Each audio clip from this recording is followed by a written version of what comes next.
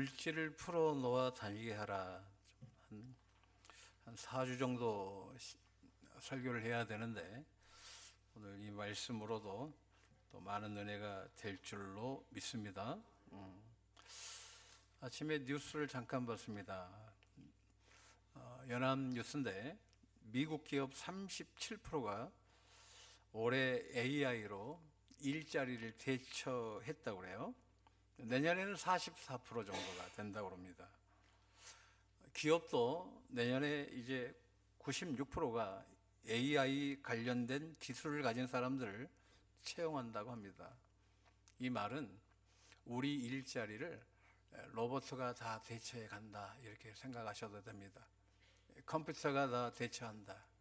갈수록 우리는 일할 수 있는 그런 환경이 취약해진다 이런 사실이죠. 우리 이대로 죽어야 되느냐? 믿는 우리는 진리 안에서 답을 찾아야 될 줄로 믿습니다. 제가 이제 청년과 이제 상담을 좀 했어요. 이제 마음에 감동 감화가 와요. 물질로 많이 어렵다 하는 마음이 오는 거예요. 그래서 요즘에 물질이 좀 많이 힘든가 봐. 그랬더니 네, 목사님 맞아요. 그런데 이제 맞아요. 그래서 제가 그렇게 이야기했죠. 그럼 좀 기도를 해라. 그랬더니 이렇게 이야기를 해요. 목사님, 물질 달라고 그러면 괜히 하나님 앞에 죄송하고 그냥 그런 기도가 안 나온대요. 근데 그 기도가 제가 청년 때 내가 드렸던 기도와 다를 바가 없더라고요. 꼭 하나님 앞에 달라고 그러면 죄송스럽고 또 구하면 내가 꼭 믿음이 없는 것 같고 아무튼 내가 이 물질로 기도하는데 참 마음이 편하지는 않았어요. 그래서 늘 또 고민하면서 저도 기도하지 않고 내 인생은 왜 이렇게 꼬였나 하는 생각이 들어서 그때부터 꽈배기를 잘 안 먹습니다.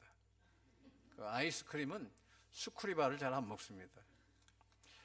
가끔 있을 때마다 먹을까 말까 고민은 하죠. 아무튼 왜 나는 내 인생이 이렇게 꼬이나 이거예요.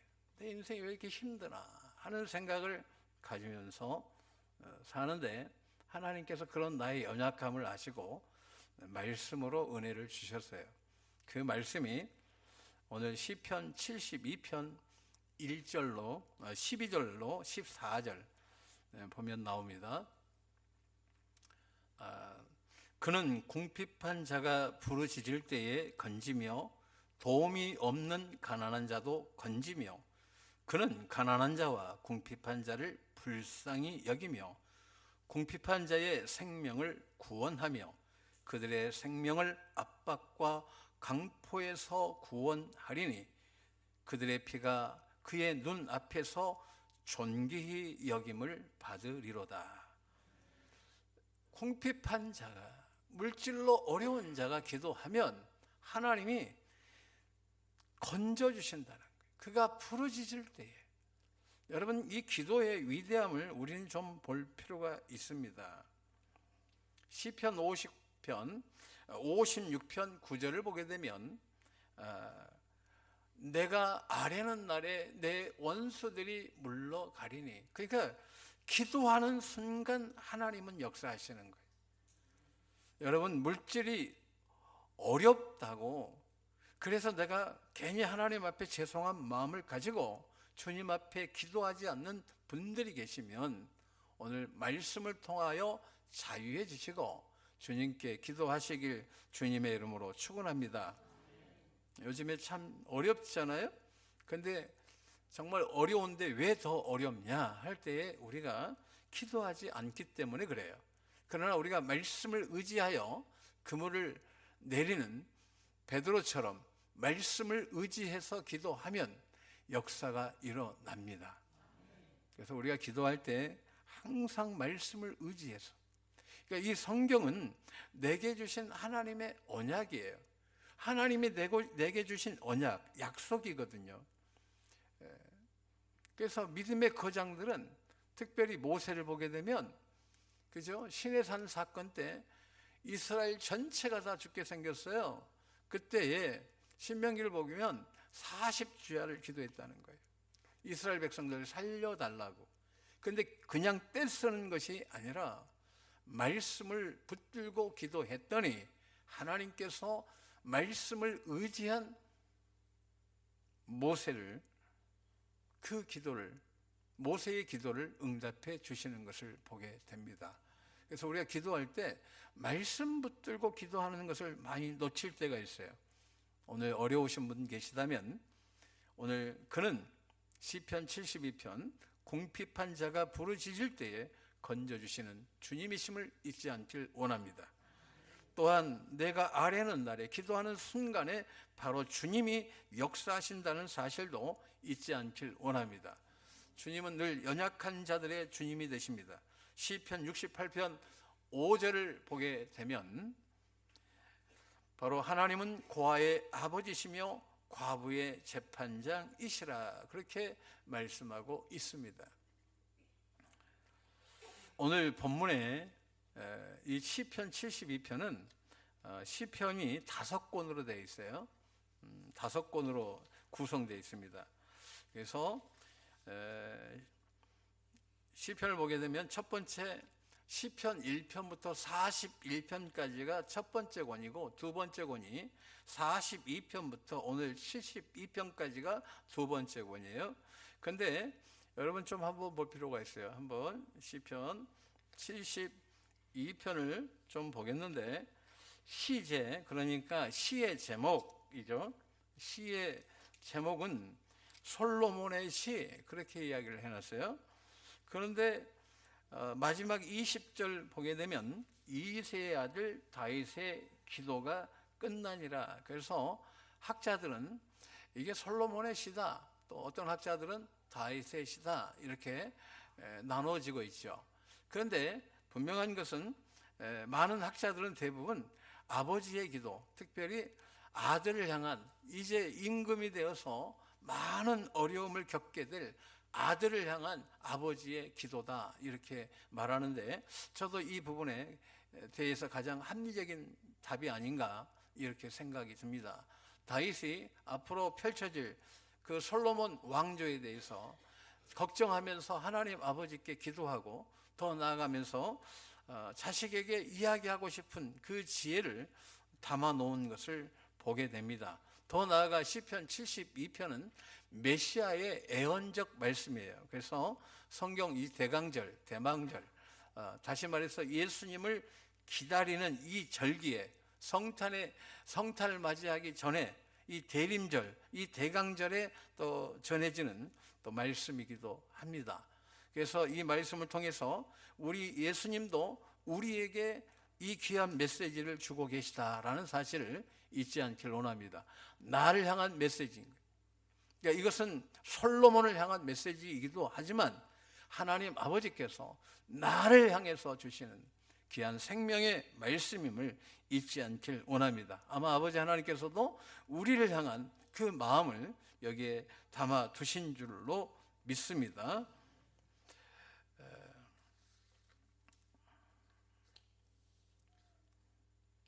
오늘 이 시편을 통해서 다시 한번 우리 모두가 물질을 풀어놓아 다니게 하는 또 그러한 시간 되길 원하고, 하나님께서 또 여러분에게 사랑하시는 그 귀한 은혜가 회복되는 또 놀라운 시간 되기를 원합니다.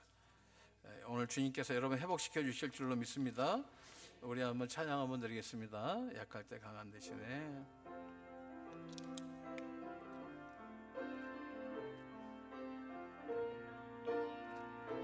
약할 때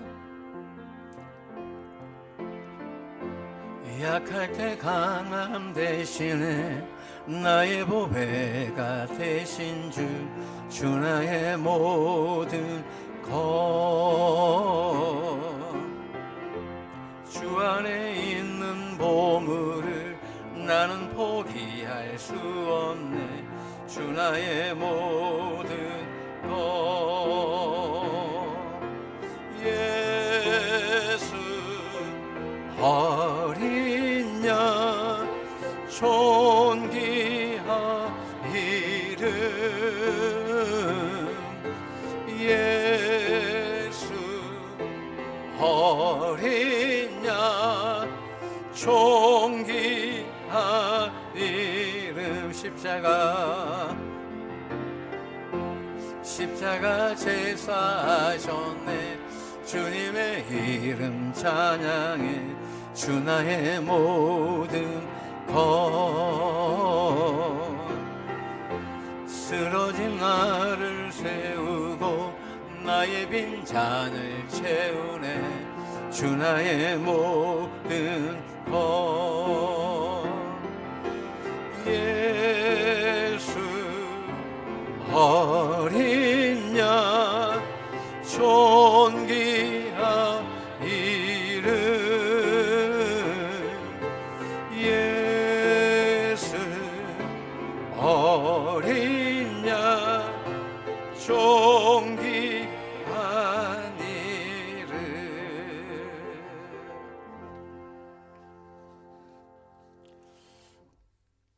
오늘 본문에 흐르는 두 개의 강이 있어요.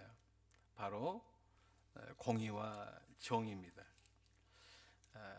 오늘 시편 72편 보게 되면 하나님이여 주의 판단력을 왕에게 주시고 주의 공의를 왕의 아들에게 주소서. 그가 주의 백성을 공의로 재판하며 주의 가난한 자를 정의로 재판하리니. 그러니까 아마 다윗이 임금이 되면서 가장 힘들었던 것들이 바로 판결하는 것들이 아닌가 생각이 듭니다. 솔로몬도 이 부분에 대해서 깊이 인지하고 일천번제 드릴 때에 하나님 앞에 아뢰는 것은 뭐냐면 바른 판단력을 할 수 있는, 바른 재판을 할 수 있는 지혜를 달라고 하십니다. 그러니까 이게 엄청난 거죠. 지혜를 달라. 그래서 우리가 잘 알잖아요.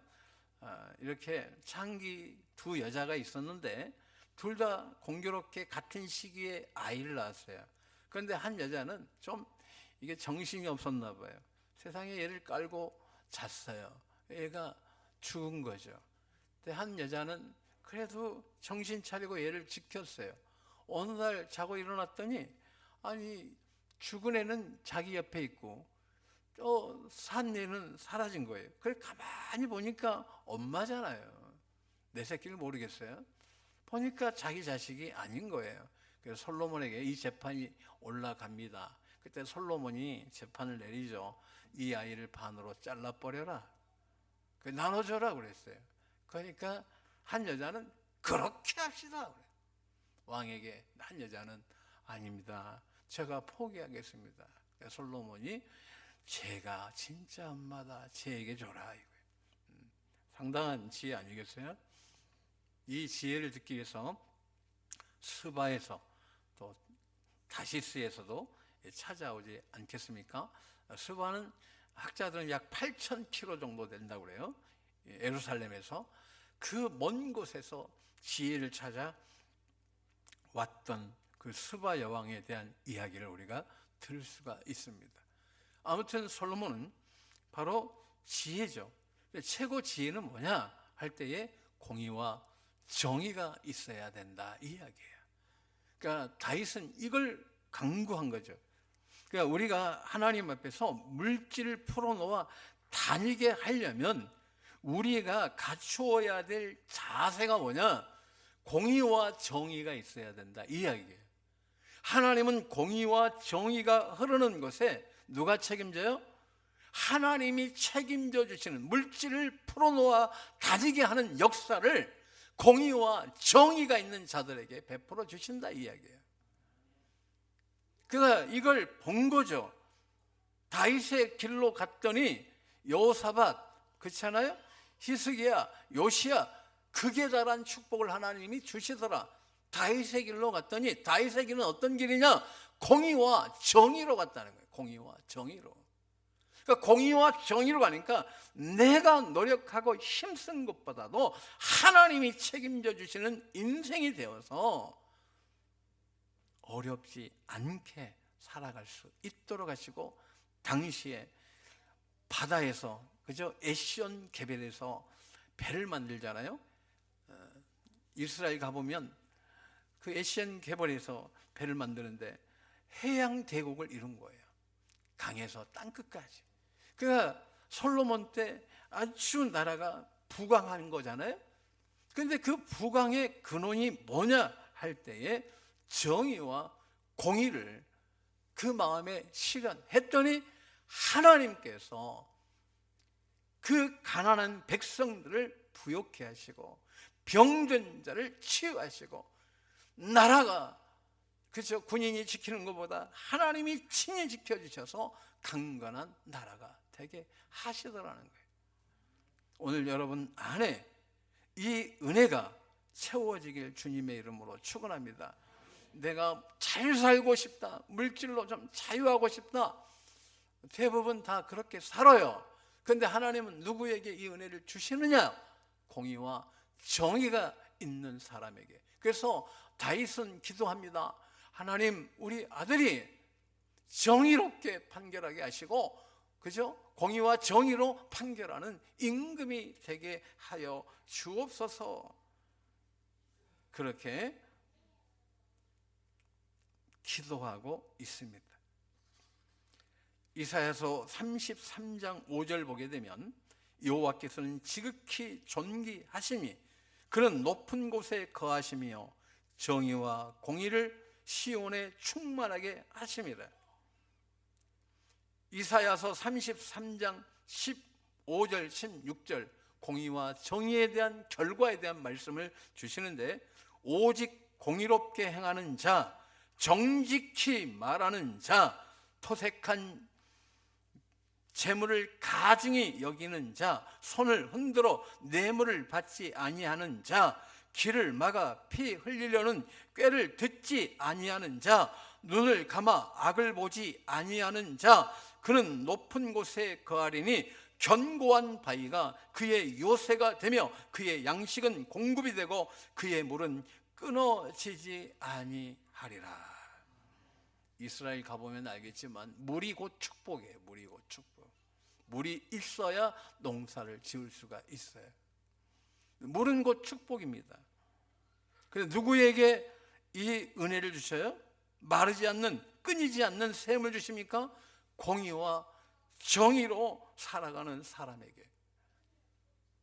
여러분, 이 공의와 정의가 우리 안에 있을 때에 어떤 일이 일어납니까? 여러분, 누가복음 10장 19절에 사단의 권세도 제어할 수 있는 힘이 생기는 거예요. 여러분, 영적인 이 은혜가 회복되길 원합니다. 내가 너희에게 뱀과 정갈을 밟으며 원수의 모든 능력을 제어할 권능을 주었으니 너를 해칠 자가 결코 없으리라. 공의와 정의로 살아가는 우리 모두 되길 원합니다.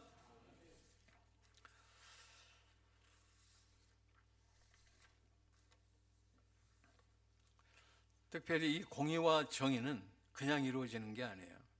말씀을 가까이 할 때 네가 이를 행할 수 있다. 여러분, 말씀을 가까이 하시길 주님의 이름으로 축원합니다. 신명기서 30장 14절 말씀이죠. 우리가 말씀을 가까이 하라는 거예요. 그래서 임금이 될 때에 뭐라고 말합니까? 말씀을 내 옆에 두고 필사해라고 했어요. 요즘에 필사하는 성도님들 계시던데, 필사가 제일 느린 묵상이죠. 하나님의 말씀을, 저는 성질이 급해가지고 2주 반이면 일독해버려요. 좋은 게 아니에요. 절제하려고, 요즘에 천천히 보려고 노력을 많이 합니다. 하루에 100장 이상 보면 2주 반이면 보고요. 우리 목사님들은 이제 하루에 20장씩 봐요. 그러면 거의 그저 2달 반이 보는가? 그렇죠. 그렇게 봐요. 3달 안에 다 1독씩을 하죠. 그러니까 성경을 보다 보면 그래요. 근데 보고 별로 기억에 남는 게 없어. 내가 회개했어요. 성경은 소처럼 되새기고 또 되새기고 되새기고 이렇게 보는구나 하는 걸 보게 됩니다. 뭐 하려고? 공의와 정의로 살아가기 위해서 말씀을 가까이 하시길 원합니다. 이 말씀이 왜 중요하냐? 에레미야서 23장 29절 여호와의 말씀이니라. 내 말이 불같이 아니하냐? 바위를 쳐서 부스러뜨리는 방망이 같지 아니하냐? 그러니까 하나님의 말씀이 내 안에 이렇게 믿음으로 자리 잡으면, 그 말씀을 선언하면 성령의 검이 되고 내 앞에서 바위 같은 것들이 그 말씀을 통하여 다 부서지는 거예요. 할렐루야. 그래서 오늘 다윗이 가장 중요하게 여긴 게 바로 이 부분이에요. 공의와 정의를 실현하는 왕이 되게 하옵소서.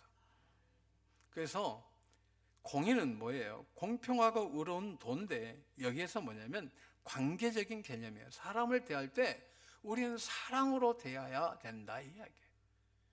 사랑으로 우리가 대하는 공의, 사랑을 통한 바른 세움, 그죠? 사랑이 없으면 어때요? 네가 옳으냐 내가 옳으냐, 이 협의가 되겠어요? 그러니까 서로 죽이고 죽이는 거죠. 근데 우리가 서로 사랑하면, 여야가 서로, 그렇죠? 사랑하면, 백성을 사랑하면, 사랑하는 관점에서 이 아이디어가 나오지 않겠어요? 근데 어떻게든지 서로 죽이려고 하면 좋은 아이디어가 나오겠냐고요. 백성의 삶이 얼마나 좋아지겠어요? 더 피곤해지죠. 그러니까 공의가 필요한 거예요. 우리가 무슨 일을 할 때 어떻게 하면 남에게 더 많은 유익을 줄까? 제가 이렇게 어린아이들 가운데 아주 아이디어가 좋은 애들이 있더라고요. 발명왕들. 그거 어떻게 발견했나? 어떻게 만든 거야? 하고 물어보면 많은 아이들이 어떻게 하면 다른 사람들이 더 편할까? 이걸 통해서 더 많은 사람들이 더 편하게 살 수 있을까? 돈을 추구한 것이 아니라 공의로운 마음을 가지니까 하나님이 그 어린 아이다 할지라도 지혜를 주시는구나 하는 것을 깨닫는 거예요. 어떻게 하면 돈 벌까 하다 보니까 지혜도 사라지는 거죠. 어떻게 하면 내가 더 사랑을 가지고 베풀어 줄까? 이런 마음을 가질 때 물질이 풀어놓아 다니게 되는 역사가 있다, 이 이야기예요. 다음은 뭐예요? 정의예요. 정의는 올바른 도리예요. 바르게 사셔야 돼. 인생이 바르게 살려고 몸부림쳐야 돼. 입만 열면 거짓말, 자기 전에 거짓말, 하루 종일 거짓말, 일주일 내내 거짓말, 1년 내내 거짓말, 한 달 내내 거짓말. 근데 그것만 끝나면 좋은데 애들까지도 거짓말하는 거 보고 가슴이 아팠어요. 정직한 자에게 형통의 은혜가 있습니다. 부모가 가르칠 게 없어서 거짓말 가르치면 되겠어요? 응? 그렇잖아요. 내 애기한테 거짓말 가르치는 거. 안타깝죠. 근데 정의는 바로 그런 거예요. 올바르게 사는 거예요. 바르게 사는 거예요. 더 바르게 사는 거예요. 그럴 때 하나님께서 물질을 풀어놓아 다니게 하는 거예요. 왜 물질일 거예요? 내가 자꾸 거짓말하고 사니까 그러는 거예요. 태연하게, 그죠?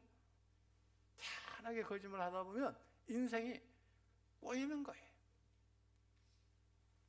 오늘 공의와 정의로 내가 살아갈 때 하나님은 주여 나에게 물질을 회복해 주세요. 이 물질을 가지고 선한 데 쓰길 원합니다. 이 물질을 바르게 쓰길 원합니다. 할 때에 주님께서 오늘 기도하는 순간 건져 주시는 거예요. 우리가 돈도 잘 써야 돼. 돈 벌었으면 좋은 데 써야 돼. 우리 교회가 선교 많이 하잖아요. 그렇죠? 그 돈 나한테 돌리면 내가 얼마나 편하겠어요. 그런 생각하지 않아요. 그 애들 보고 있으면 행복해요. 걔네들 보고 있으면 너무 좋은 거예요. 너무너무 감사하더라고요. 여러분, 우리는 참 편하게 살지만 우리가 선교하는 지역은 어렵습니다. 그래서 얘들 보고 있으면 가슴이 참 아플 때가 많아요. 그런데 우리가 바르게 쓰면 주님이 역사하실 줄로 믿습니다. 여러분, 물질로 끝나는 거 풀어나와 다니게 하는데 공의와 정의가 살아있으니까 어떤 일이 벌어지냐면 저 땅끝까지, 그죠? 땅끝까지 하나님이 축복해 주시는 거예요. 이 기가 막힌 은혜, 그죠? 8절 한번 보겠습니다. 8절. 네, 하나님께서 공의와 정의를 흘렸더니 풍성한 은혜를 주시는 거예요. 그가 바다에서부터 바다까지와 강에서부터 땅끝까지 다스리니 광야에 사는 자는 그 앞에 굽히며 그의 원수들은 티끌을 핥을 것이며, 다시스, 요즘으로 말하면 스페인이에요. 스페인. 그리고 스바와 시바 왕들이 아라비아와 에티오피아, 그러니까 요즘으로 말하면 예멘 정도 되겠습니다. 사우디 아라비아 그 반도 끝이 예멘 있잖아요. 거기에서 찾아오고 에티오피아에서 찾아오고, 그러니까 당시의 사람들은 땅끝 그러면 여기가 땅끝일 거야 생각하고 기록한 거예요. 그러니까 우리의 영향력이 땅끝까지 미치는 그러한 풀어놓아 다니게 하는 역사를 주님이 주신다 이 이야기예요. 여러분들이 그냥 고민하고 주님 나에게 물질 주세요 하지 말고 공의와 정의가 내 안에 있으면서 주님 나로 하여금 이 어려움을 극복하게 하여 주옵소서 할 때 하나님은 건져주시고 땅끝까지 영향력이 있는 인생이 되게 하신다 이 이야기예요. 주님은 여러분 사랑하십니다. 회복될 줄로 믿습니다. 여기 보면 곡식이, 그러니까 6절 보게 되면 산 꼭대기에서도 그냥 풍성한 열매를 맺는다는 거예요. 근데 이스라엘 가봤지만 땅 끝에서 꼭대기에, 산 꼭대기에서 사람은 살지 농사 짓지는 않거든요. 그래서 그곳에서도 풍요의 열매가 맺는 은혜를 주신다는 거예요. 레바논 같이 흔들리고, 그렇죠? 레바논 백향목은 보고만 있어도 너무너무 아름다운 나무예요. 난 세상에서 저렇게 아름다운 나무가 있나. 그런 인생이 되게 하신다는 거예요. 누가 봐도 아름다운 인생으로. 야, 저 사람 인생은 정말 부족함이 없는 하나님의 축복으로 넘침을 받은 사람이라는 거예요. 그리고 장구한다. 그 하나님이 다 채워주시더라. 그래서 아버지가 기도하는 거, 하나님, 내 아들 솔로몬이 정말 물질을 풀어놓아 다니게 하는 정말 부족함이 없는 임금으로 되길 원합니다. 근데 내 아들이 공의와 정의에 대해서 잘 이해하게 하여 주옵소서. 소선지서가 12권으로 되어 있는데 그 주제가 공의와 정의예요. 하나님이 찾으시는, 주님이 찾으시는 예배도 공의와 정의로 삶을 사는 자들이 주님 앞에 나와서 예배 드리는 것을 주님이 기뻐하시는 거예요. 여러분 어렵습니까? 제가 이 시리즈 설교를 쭉 했던 적이 있는데, 여러분들 오늘 진짜 중요한 건 뭐냐면 모든 기도의 응답은 잠언서 4장에도 말씀한 것처럼 내 마음에서 이루어져요. 축복은 내 마음에서 이루어지는 거예요. 그러니까 내 마음에 뭐가 가득 차야 되냐면 공의와 정의가 있을 때 나는 이 땅에 태어나서 하나님이 주시는 하나님의 영향력을 가지고 사는 거죠. 여러분들에게 이 귀한 은혜가 오늘 넘치게 될 줄로 믿습니다. 내가 사랑을 가지고 바르게 살면, 사랑의 마음을 가지고 내가 바르게 살면 하나님은 그런 내가 기도하면 오늘 본문의 말씀이 이루어질 줄 믿습니다. 우리 다시 한번 보겠습니다. 본문 말씀 한번 다시 한번 띄워주세요. 이걸 읽고 우리 결단 찬송하고 우리 중심을 바꾸는 귀한 시간 되길 원합니다. 그는 궁핍한 자가 부르짖을 때에 건지며 기도하면 건져주십니다. 그러나 공의와 정의 속에 살아가면 우리 인생을 주님이 바꿔주실 줄로 믿습니다. 세계적인 영향력이 있는 사람으로 우리를 바꿔주지 않겠습니까? 믿고 나아가는 귀한 시간 되길 원합니다.